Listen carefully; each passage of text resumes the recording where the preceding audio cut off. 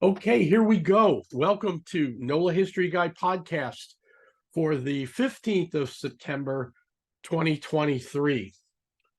Uh, this is there's an interesting story as to how this particular episode comes about. And the term is called falling down a rabbit hole. And basically, I can sum it up by saying I was looking at a bunch of photos. I found a photo that caught my eye, and then the more I looked at it, the more I found details about that photo as we were going along. So yeah, I was just coming up with a bunch of stuff that led to other things, and well, there you go. Hi, I'm Ed Branley. Ed Edward, either way works for me. I am the NOLA History Guy, at NOLA History Guy on all social media, from the artist formerly known as Twitter to Facebook to Mastodon to Blue Sky to whatever blows up next, that kind of thing. Or NOLAHistoryGuy.com, of course, is the website, so you'll be able to hunt me down and shoot me an email or that kind of. Don't Facebook Messenger me. I'm getting all kind of spam, and I don't really answer those anymore. So anyway, shout out to Derby on that one because he puts up a real good message about that. So here we go. What we're going to be talking about is the 3000 block of Gentilly in the 1950s. And it starts with a photo that is about to pop up next.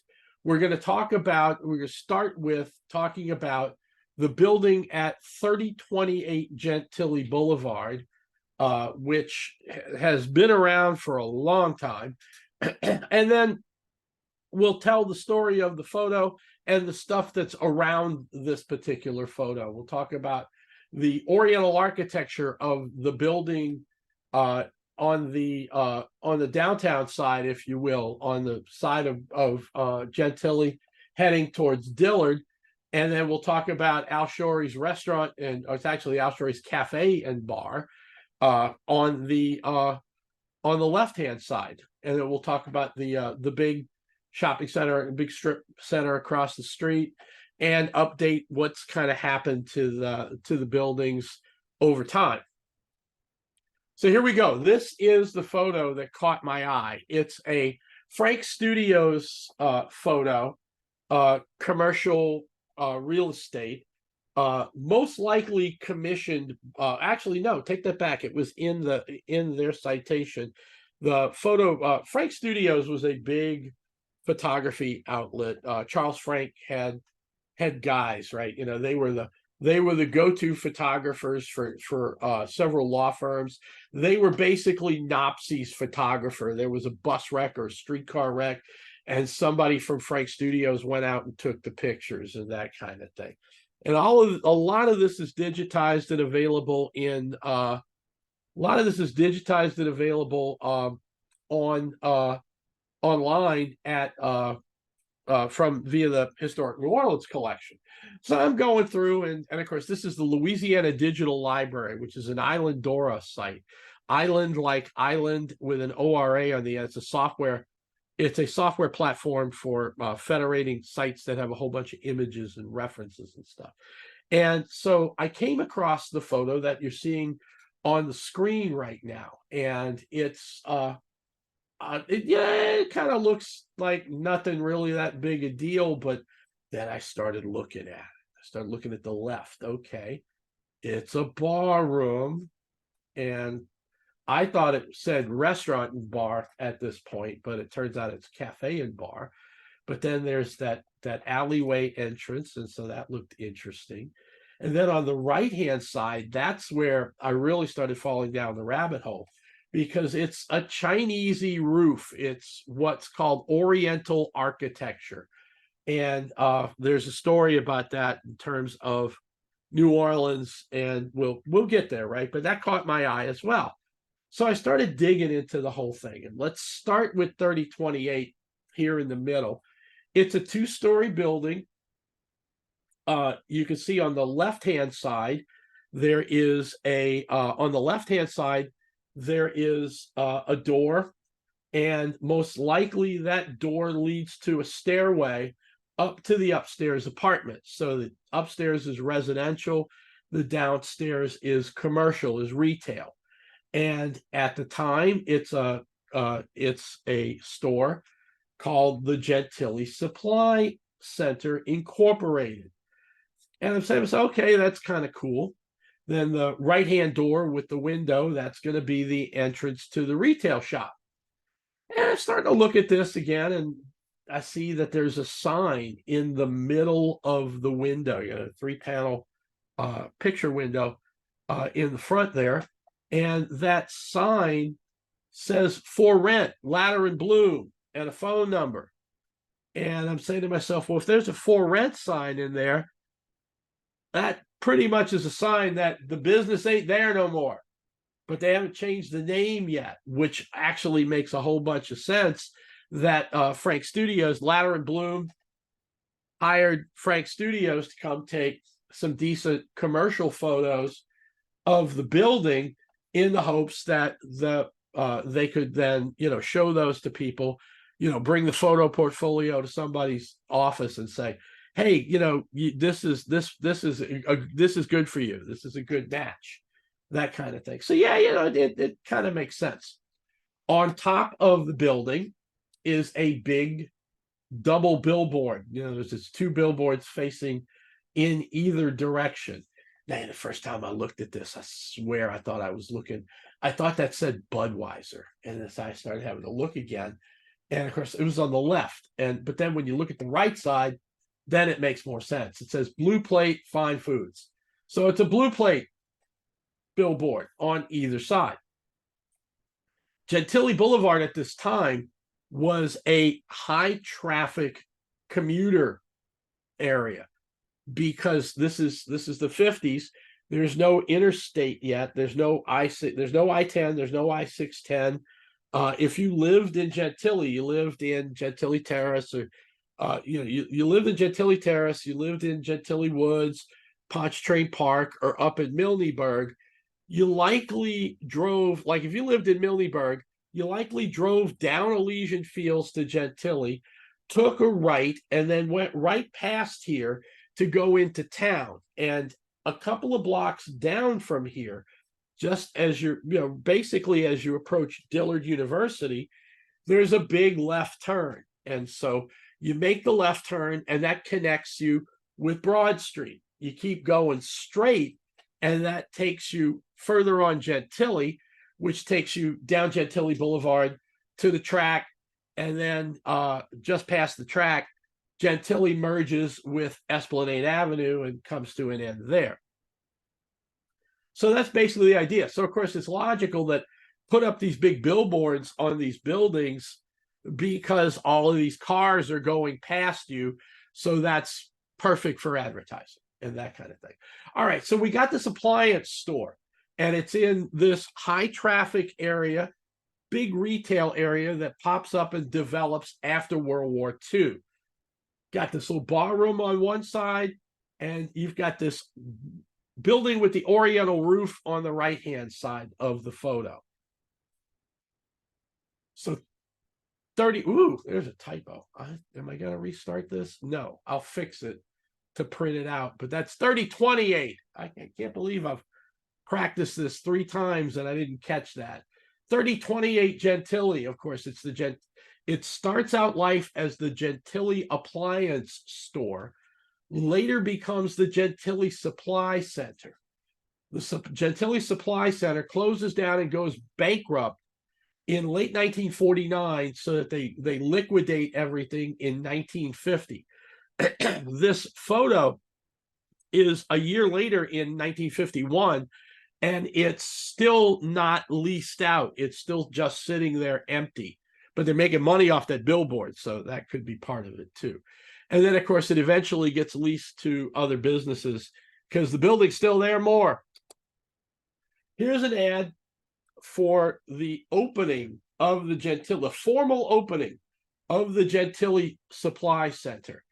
And they were originally the Gentilly Appliance Store, and they sold hardware and paint and that kind of thing. But they kind of expanded out a little bit, reorganized. So what I'm thinking is They probably fell on some rough times during the war, because there were no building materials to be had and sold. Now you move into post-war, and Gentilly experiences quite the boom. People are, it's like, guys are coming back from the war. Well, women are coming back from the war too, but they're living, they left home at 18 or 19. They were living with their parents. Now they've seen some stuff, right? They want to get on with it. So Gentilly is a good place to buy a lot or to buy a house that a contractor's built out and put down your roots. So this commercial area makes perfect sense to open up a hardware store. Well, and then a, predecessor to Home Depot and Lowe's kind of thing. You see, they hooked up with the Hot Point brand, and they would sell, whole kitchens, the cabinets, the appliances, the everything else. You can see they sold paint and varnish and all the stuff you need to build out your house.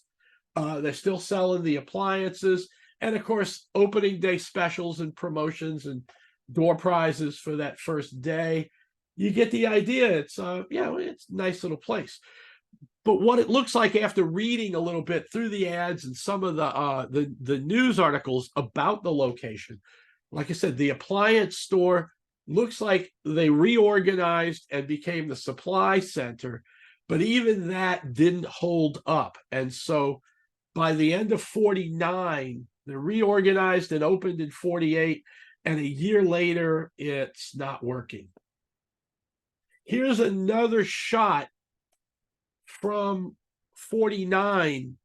And again, it's a Frank Studios. It's I'm fairly certain they shot this a couple of times, mainly because to try to promote this building. So this particular photo is a little bit earlier, but you see it's still Blue Plate still leases the billboard on top. You've got the big electric sign on top, and then you can change the paper depending on what the on what the advertiser wanted there. You'll see it's Blue Plate Margarine at this point. So now you see there are the three buildings that we see in the head-on shot, and they are the Al Shorey's Cafe, which you see the Regal beer sign on top of that, then 3028 and the store. But it looks like that for lease sign, that for rent sign is in the window at this point. So I'm thinking it lay fallow for a little while there. Now we see what sent me down the rabbit hole, and that's the building at 3026 on the right-hand side of the photo, the building on the way towards Dillard.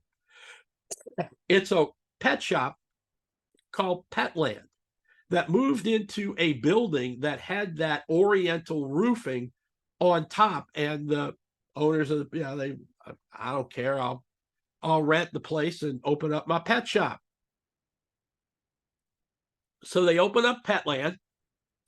Petland looks like it could be a story in itself. I got to do some more digging, but I was trying to check on the provenance of the building and hit a couple of articles, national, like blog articles, and Petland gets mentioned in like Pet Shop Aficionados and everything. So there's more to that story, but we'll get there. All right, so we've got this oriental looking roof on this building, and that immediately tells me something, thanks to listening to Winston Ho talk and reading his stuff, that this building most likely was a storefront for Oriental Laundry, and Oriental Laundry was a Chinese laundry business. Now, the main laundry plant where they washed and everything, dried, packaged, ironed everything, was in the French Quarter of all places, in the what was the second Chinatown. It was in a 4-story building on Bourbon Street, of all things. Go figure, a big laundry plant on Bourbon Street. And Mr. Tung, who owned Oriental Laundry, basically set up a business structure that would later be used by Mackenzie's pastry shops. And the idea was Tung set up this big laundry plant down in the corner and then built out little storefronts in neighborhoods across the city. And he took this orientally roof looking design, and that's how you could tell where the Chinese laundry was.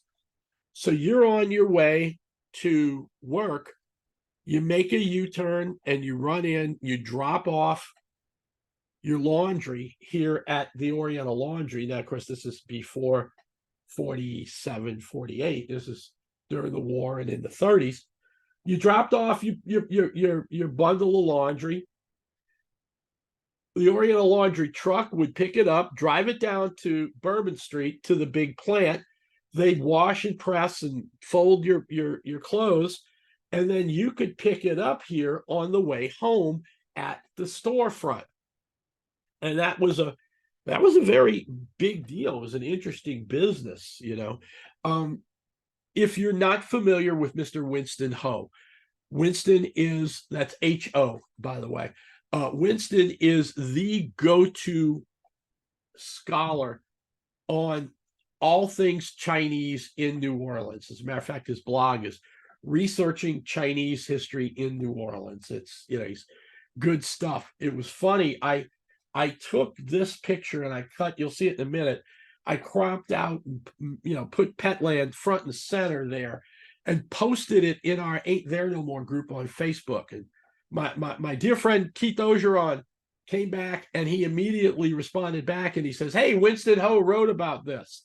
But the problem is that Winston is picking up these photos from the late 40s and early 50s. So I was kind of hoping I could post in the group and Winston would go, oh yeah, I got something from the 30s, but yeah, I haven't seen anything yet. Knock on wood, maybe we'll find something, or I'll keep digging, because Oriental Laundry is a story in itself, and I need to have Mr. Ho here on, and we can chat about some of the Chinese research that he does and everything else.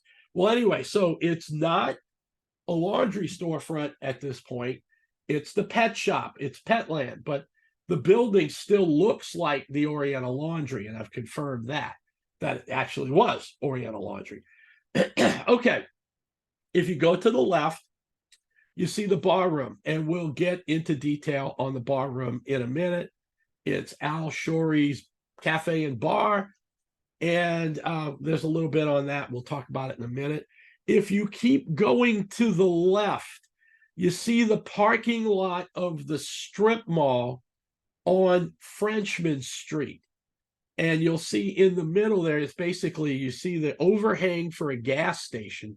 You might see the pumps behind that truck.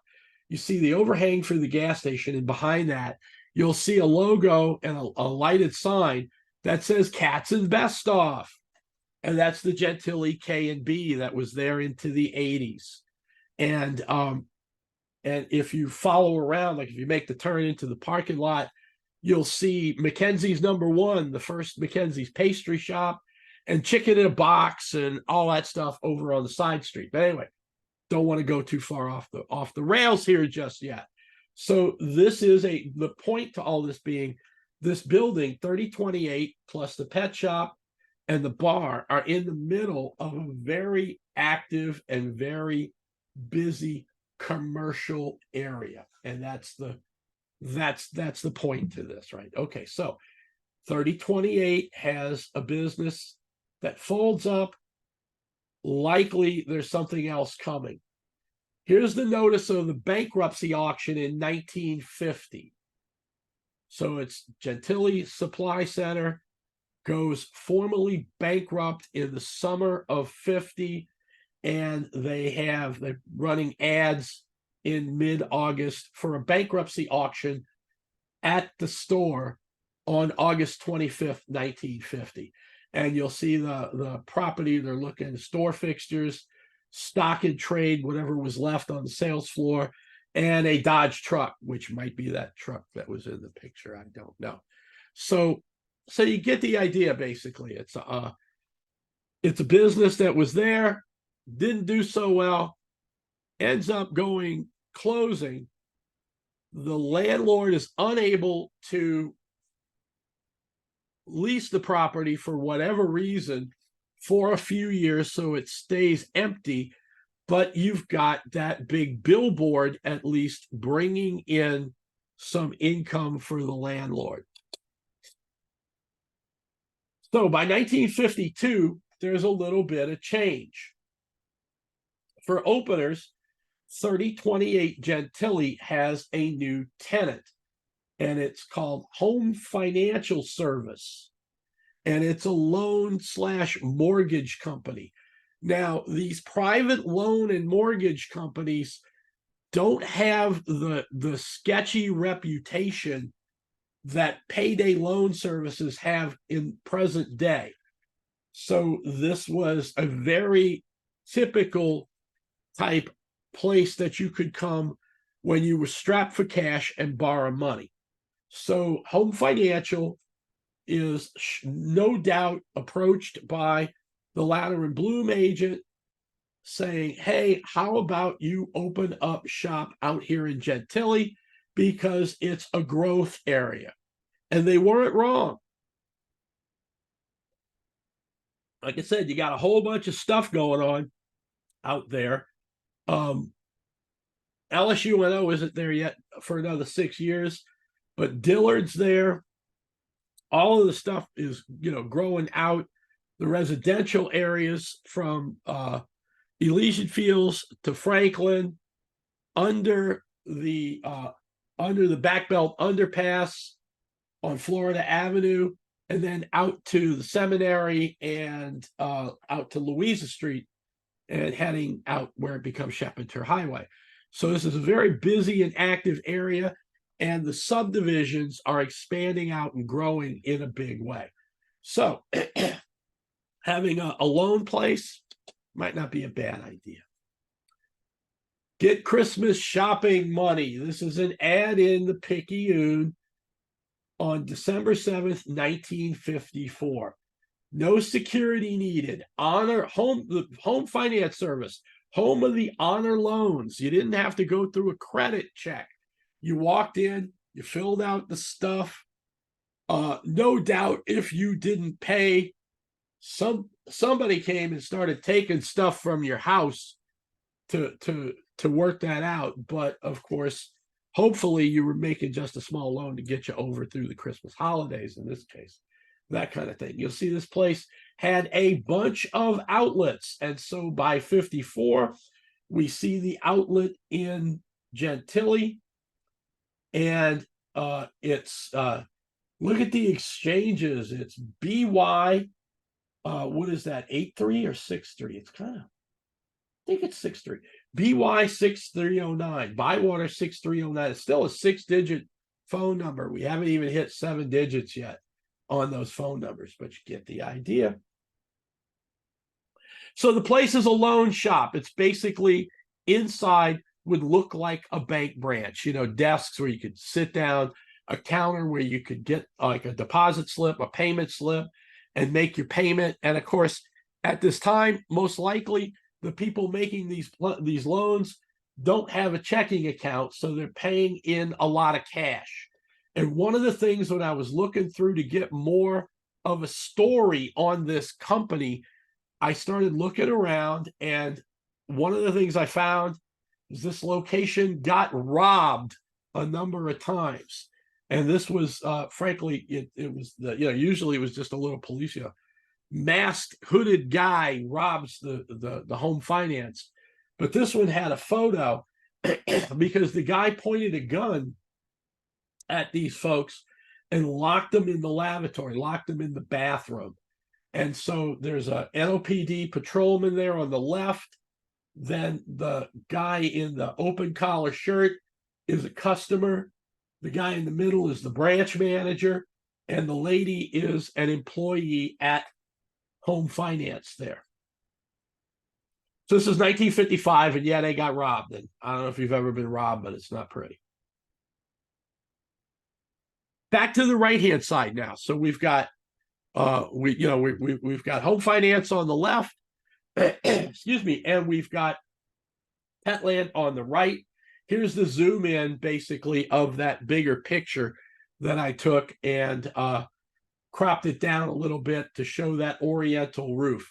Now remember, oriental in this term is not, Winston uses oriental, he refers to this as oriental architecture because it's not Chinese, it's not Vietnamese, it's not Mongolian. It's a white guy's idea of what a Chinese laundry or a Chinese building at this point would look like, with the tiles and the curved corners and that kind of thing. So it's legit to call this Oriental architecture in that go listen to, or go talk to Winston. He's brilliant. I got to get him on the pod at some point. But anyway, okay, so it's a pet shop. It's definitely, confirmed. Winston on his blog confirmed that this was an Oriental Laundry storefront. So before it became Petland, you dropped your sack of laundry off. They brought it down to Bourbon Street. They washed, pressed, and folded your stuff and brought you back nice, clean laundry, nice, clean clothes, I should say. Kind of jumping back and forth here a little bit, but this is a zoom out again, looking the other way. So you don't see Petland on the right-hand side, but you see the Home Finance Service sign hanging out in front of 3028. The billboard is different now. In 52, you see it's a Falstaff billboard instead of the blue plate. Matter of fact, yeah, I'm looking at it. Correct me if I'm wrong. I think it's blue plate on the other side, because I'm looking at that. God, I'm terrible at trying to read backwards. Y'all tell me if I'm accurate on that, but it looks like it might still be blue plate on the other side of the billboard. But this one absolutely is Falstaff, which is why Regal Beer was more than happy to provide co-op signs for Al Shorey's Cafe and Bar. And you'll see you've got the Regal Beer sign hanging in front of the bar room, and then the big sign on the side of the bar room as well, where Regal Beer is the big sponsor. That was a very typical thing, is that, you'd have a bar room hook up with Falstaff or Dixie or Regal at this time. Spell Regal backwards and then go to Twitter or something and tell me what you get. It's like that kind of thing. Just it's cute. So we've got the bar room advertising for Regal. You've got the big billboard on top of what is now the finance service company at 3028. And now we see, as we keep going, we're going further out, and we see the Esso, which is now Exxon, Standard Oil. So it's Gentilly Esso next to the bar room, and then next to the gas station, which we saw a little bit of the overhang looking in the other direction, is Goday's Drugs, which is interesting because, of course, you got the big K&B on the other side, but you still have diehard people that didn't want to go to Walgreens and didn't want to go to K&B. They stuck with their local place, and you get the idea. Oh, and I meant to say, there's a billboard, of course, promoting Seagram 7 on top of the drugstore. Because again, you're driving into town in the morning, so these companies wanted to put their brands out in front of you. Here's a zoom in now on Al Shorey's Cafe and Bar. So you can see the big Regal Beer sign on the side of the place, and then you can see the hanging sign in front of the place. And then it looks like a sandwich board with the lunch specials for today out front on the sidewalk. It's a one-story building, so it's different from 3028 in that there's no apartment on top. And well, there you go. It's there may have been, it's a pretty long building. There may have been There may have been a residence, it may have been an apartment in the back of the building, because that's pretty big for a cafe, for a restaurant, as it goes. The layout of this place is very typical of what you see in a lot of bar and grill type situations, or cafe and bar here. If you ever go to Liuz's on Bienville, you kind of sort of see this same design, in the sense that if you walk in from the corner, from the sidewalk at the corner of what is that, Bienville and Telemachus in Mid-City, you walk into the bar, and then you walk through the bar, and then you hit the restaurant, and then one of the ladies will seat you. Or you can just come in the side door and go right to the same location, and they'll hit you from there. And back in the day, with smoking and cigars and chewing tobacco, those bar rooms could be kind of nasty, and they can also be kind of raunchy, in the sense that it's like, for example, when I was doing some digging, trying to find any kind of stories on the Shories or anything, I saw that they had applied for a permit for pinball machines in the 50s. And at the time, that's the old pinball machines that weren't bells and whistles and Pinball Wizard and Elton John and Playboy Bunnies and bells and whistles. It was the pinball machines that had just rows and rows and rows of holes where the ball would drop. And you know what those were? Basically, they were slot machines that didn't look like slot machines. You shot your 5 or your 7 balls, and if they all hit in the right locations, the machine paid off. And that's why you had to have permits for it and everything else. Here's the side. Now, this is the original picture that started me on this rabbit hole. So this is a zoom in of the alley between the supply center and the bar room. And you'll see it says ladies entrance, and it's another advertising co-op sign. And the idea here was, if you went down the alleyway, you could go into a side door, like what I was talking about at Liuz's, and bypass the kind of roughness of the front of the store, of the bar. Let's go across the street. So now the photographer has his back to 3026, 3028, and 3030. He's got his back to those, and he's looking. He's crossed over. He's at the sidewalk. Well, no, he hasn't crossed yet. That's Gentilly in between. And he's looking at the new strip mall in the 3000 block of Gentilly. And this is going to be most likely in late 48 or 49. There was no date on this. But again, it's a Frank Studios building architecture photo. And you'll see that the strip mall has been leased out. And there are 4 stores here in that strip mall. It's a Walgreens on the corner. I don't care what you think about whatchamacallit, about K&B. If you're doing research on New Orleans, don't sleep on Walgreens. The chain has been here since 1938 when they opened the store at Canal and Baronne. So it's been around. Don't sleep on Walgreens. There's a lot of stories there. The next piece that's got the very dark sign that you can't read, that's above the right-hand side of that Jack's Beer billboard, is a Morgan and Lindsay dime store. Next to that is a grocery store, Capital Stores Supermarket. And then next to that is Maison Blanche Gentilly. Now, up until 1948, Maison Blanche had been on Canal Street since 1897.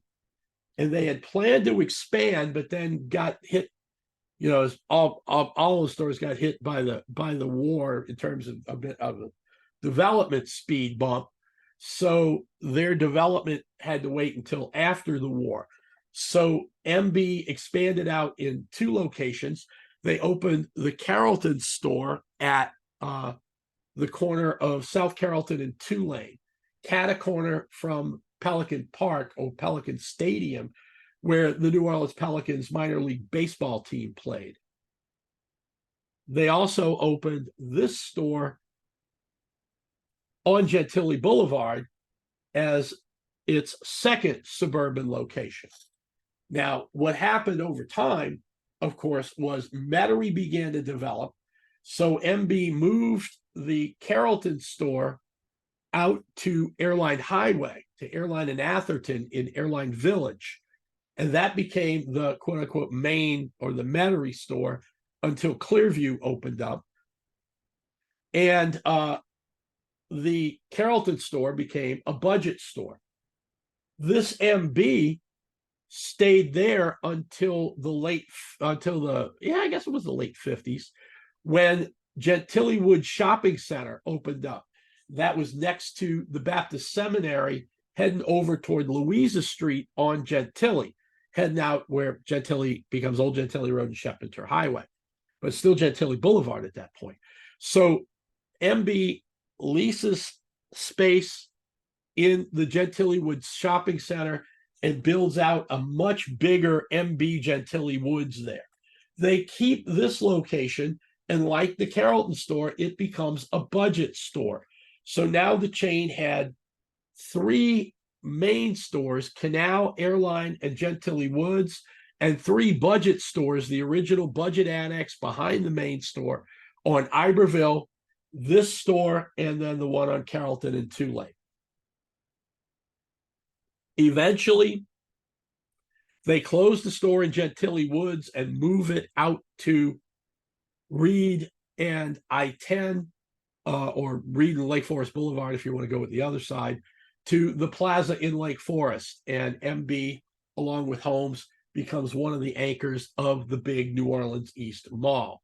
They don't do anything with the Gentilly, they just close the Gentilly Woods store because this one's there. Over time, the budget store closes, and this location becomes a Chuck E. Cheese. Gotta love it, right? Becomes a Chuck E. Cheese. Later, Chuck E. Cheese folds, and now that location, that Maison Blanche, is an AutoZone. So that's kind of, in a nutshell, the story of that strip mall. Go a little bit further down, just a block from there, to St. Anthony and Gentilly Boulevard, which is off the frame to the left, and you get the Gentilly branch of the New Orleans Public Library, which was, we always refer to it as the Norman Mailer branch because it was named for a philanthropist named Norman Mailer.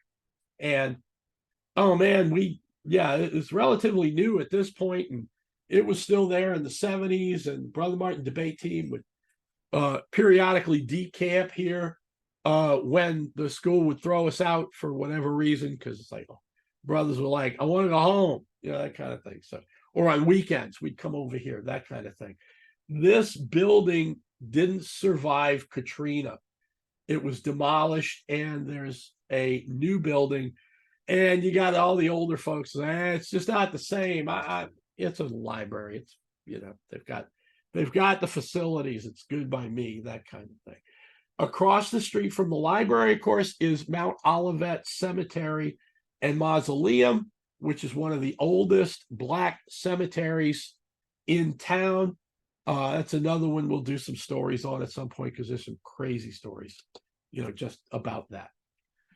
Back across the street now, and by the 1960s, Petland and the Oriental Laundry building, Petland's gone, and the Oriental building has been demolished, and in its place is this.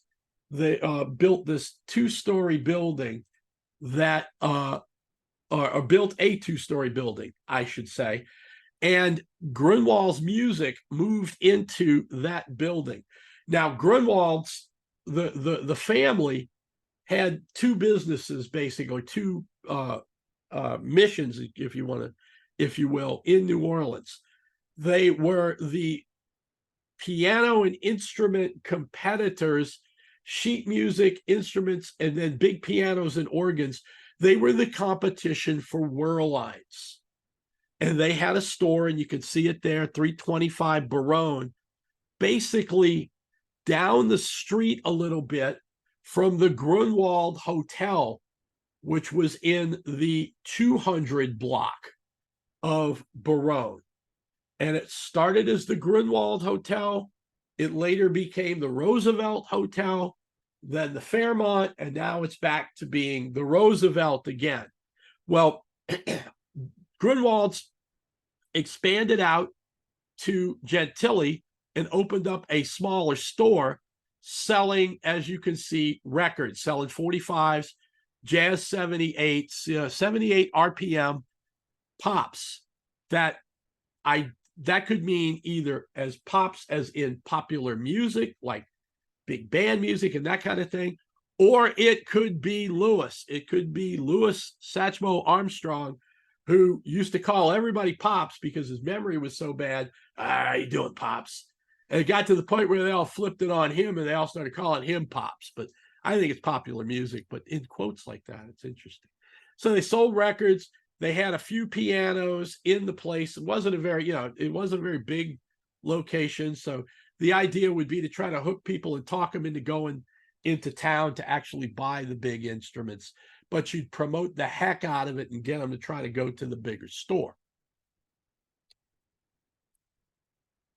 Grunwald's leased the building initially, and this is what the building looked like. So the Oriental Laundry building was demolished.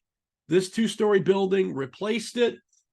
Grunwald's originally moved in here, and that was all the stuff on the ad.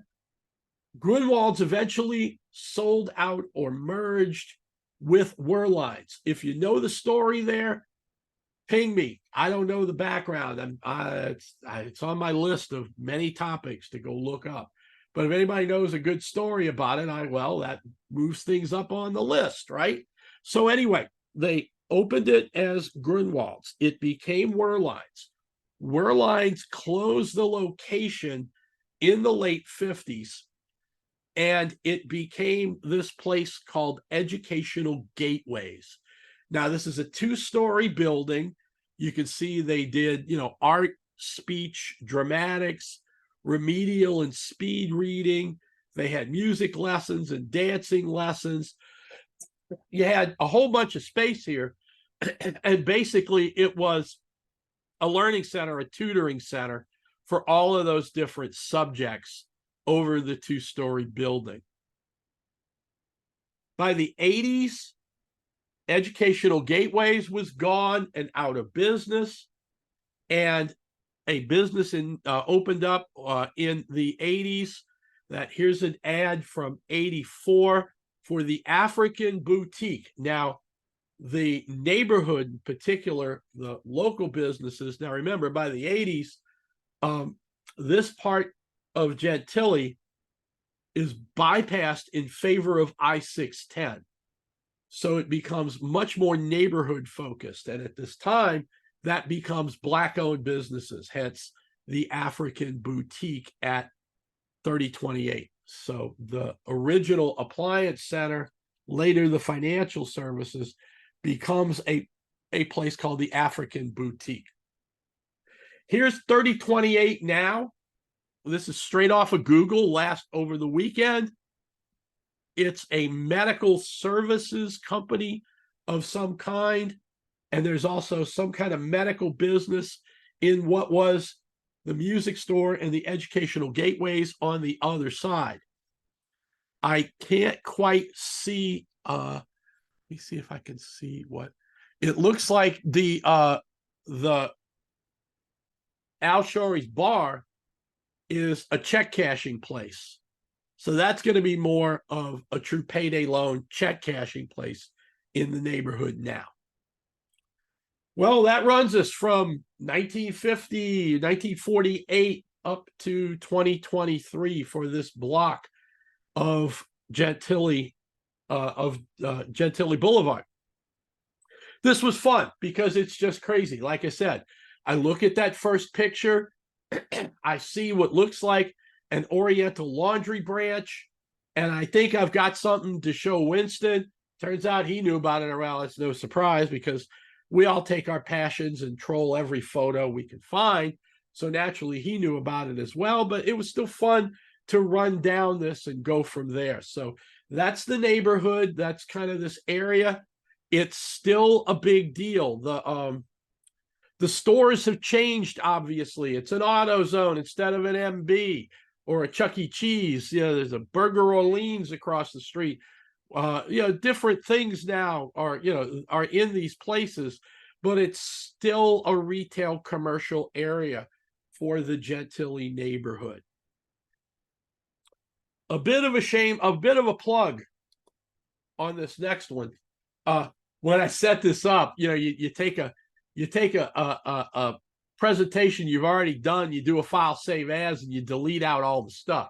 And I got to the the end of another presentation, and I had this slide in there promoting my Facebook group called New Orleans During the Civil War.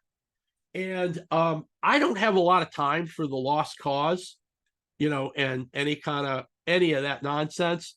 So I made a group that is New Orleans During the Civil War, because I've been doing some research on the independent year, basically, where Louisiana seceded from the Union in 1861, but then Farragut and Butler don't come in until late April, May of 1862. As a matter of fact, that is a Harper's woodcut of Farragut's officers marching or walking down the street to City Hall, which is Gallier Hall now, to compel the surrender of the city government. It's, like I said, just put in New Orleans During the Civil War into Facebook. It's not your average Civil War group. It's talking about New Orleans, which means we don't even talk about Port Allen. We talk about New Orleans and Reconstruction, and we've kind of stretched it up to the beginning of the monuments, like 1910, 1915. So that's kind of the area here. We really don't get into the rebel period, except for that. Well, there was no rebel period in New Orleans. That's really the point. Is you had the 1 year where the state seceded, and after that they surrendered, and that was it. So it's a little bit different approach. I post a bit, Derby posts a bit, other people post a bit. It's kind of fun. Come over and check it out. Be my guest. A word from your sponsor. These are my first 5 books. Brothers of the Sacred Heart in New Orleans covers St. Aloysius on Esplanade and North Rampart. Coriezu on Elysian Fields, starting in 1954. Then the two schools merged together. Basically, the two, Aloysius and Coriezu, closed in the spring of '69 and reopened as Brother Martin High School on Elysian Fields in '70. And we've been 53 years on, with my high school now. So that's that book. The middle book on the top, New Orleans Canal Streetcar Line, was the first book I wrote for Arcadia in 2004. The marketing there, or the pitch, of course, was the streetcar was coming back that May. So I wrote a book that runs down the history of the streetcar line from 1861 up till its discontinuance in '64, and then the bus, the bus period, and then the reopening that year. The test runs and the formal opening of the line. Man, it's going to be 20 years next year. I'm still thinking about what we're going to do to mark 20 years of the red streetcars on Canal now. It's going to be kind of fun. Maison Blanche department stores. Back in the day, I was the history blogger for GoNOLA.com. Twitter, GoNOLA504, and at GoNOLA504. And I wrote a history column once a week. It was fun, little short things, anywhere 300, 700 words. It's a lot of fun, right? That kind of thing.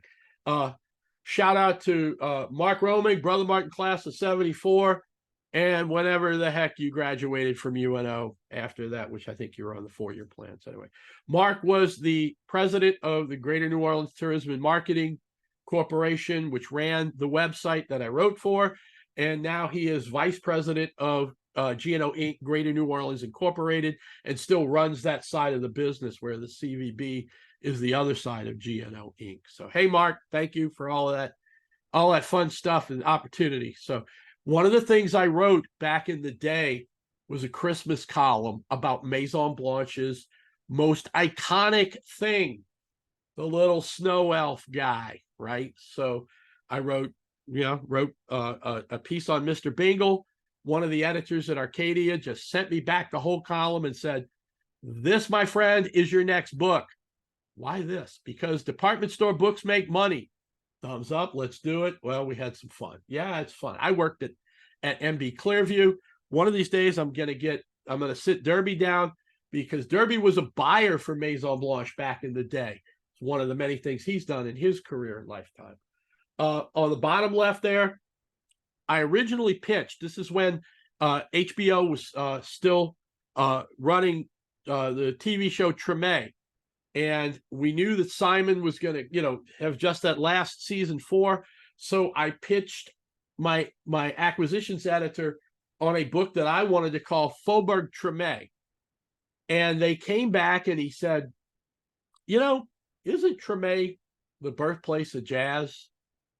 And I said, sorta, it's one of them, if you will, and all. He comes back and says, how about we expand the scope of the book and do New Orleans jazz? And boy, you talk about put fear into me, because I don't play. But writing the stories and getting the pictures of these cats, it was just so much fun, So New Orleans jazz, there's that book. And then the 5th book over in the other side, Legendary Locals of New Orleans. If you're free on Tuesday night, the 19th, I'll promote this a little more online.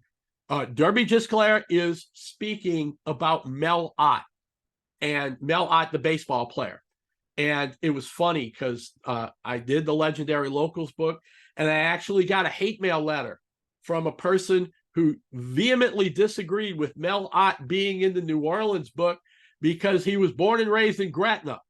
I don't even start me on that, but you get the idea. So basically the book, though, if I always tell librarians, you want to keep a copy or two of my book in your library, because it's like a who's who kind of thing. It's got 200 photos and little bios of legendary locals from the city.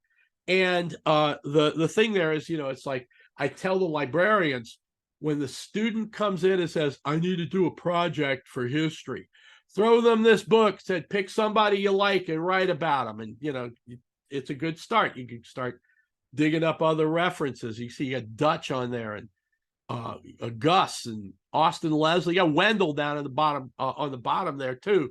So it was fun, right? Coming in. My most recent book, which is getting a little long in the tooth now, in 2016, the History Press came to me and asked, would I be interested in doing a book on Krauss Department Store? Because the next year, when we would drop the book, 2017, was 20 years since the store closed. And I was like, heck yes, I will do this. And that became Krauss, the New Orleans Value Store. As we said, I am the NOLA history guy. I'm Ed. NOLAhistoryguy.com is the website. You can get to my email, get to all of the different places. If you're on social media, just Twitter, Facebook, you name it, I'm easily had. Don't Facebook Messenger me. I don't use it. I get way too much spam and hacking attacks and it's nasty on there. So it's like, shoot me a note or ping me on Twitter, or the artist formerly known as Twitter, or basically send me an email. I'll be glad to talk to you about whatever you've got going on. This template that I just love, I've been using for years now. It's kind of this old manuscript looking thing. Was developed by Kelly Loves Wales and Nick Merritt. They released the template it was actually for LibreOffice, but it weren't obviously imported. It's all exchangeable with PowerPoint as well. They released this template in under a Creative Commons Attribute Share Alike license. so I can use it without having to pay royalties. And I'm more than happy to promote them and suggest you go Google these folks and go look at some of the stuff they've made, and you can make some really wonderful things out of it. Okay, so what we're doing here, of course, is I'm recording this with Zoom, so it's going to make a video file that will drop on YouTube, and then I'll put that on the show page so you can click and watch this, look at it, or do it that way. Or of course, Zoom also saves an audio file of the presentation, and I'm going to pull that into Audacity and turn that into the podcast that you all know and hopefully love, and all of that kind of stuff. We'll be doing something else. I'm going to, this whole Zoom thing is working out. There's a number of talks that I've given over time that I have the PowerPoints for, but the talk itself on video didn't really work out as well. It's like, like, for example, I did a Krauss talk at the World War II Museum, and the audio is great. It's like as a talk, it's not bad, but the presentation is recorded off at an angle, and sometimes you don't see all the stuff. So I think if I pull that back up and do it here as a Zoom, where you guys can see, you can see the slides properly, see the images properly. So we'll be doing more of that as we go along, and then as I fall down rabbit holes, there'll be new stuff as well. This will drop tomorrow, Saturday the 16th. I hope you enjoy it. If you have any comments, feel free to go out to the website, drop them there, shoot me an email, whatever you got, especially if you can tell me stories. Tell me stories. Come find me. I go almost every day of the darn week to the PJ's Coffee on Canal Boulevard by the train tracks. Come see there. Come, you can interrupt me anytime. Even if I got my big old headphones on, just come say hi. No problem at all. Thank you very much. I hope you enjoyed this, and we will see you next time.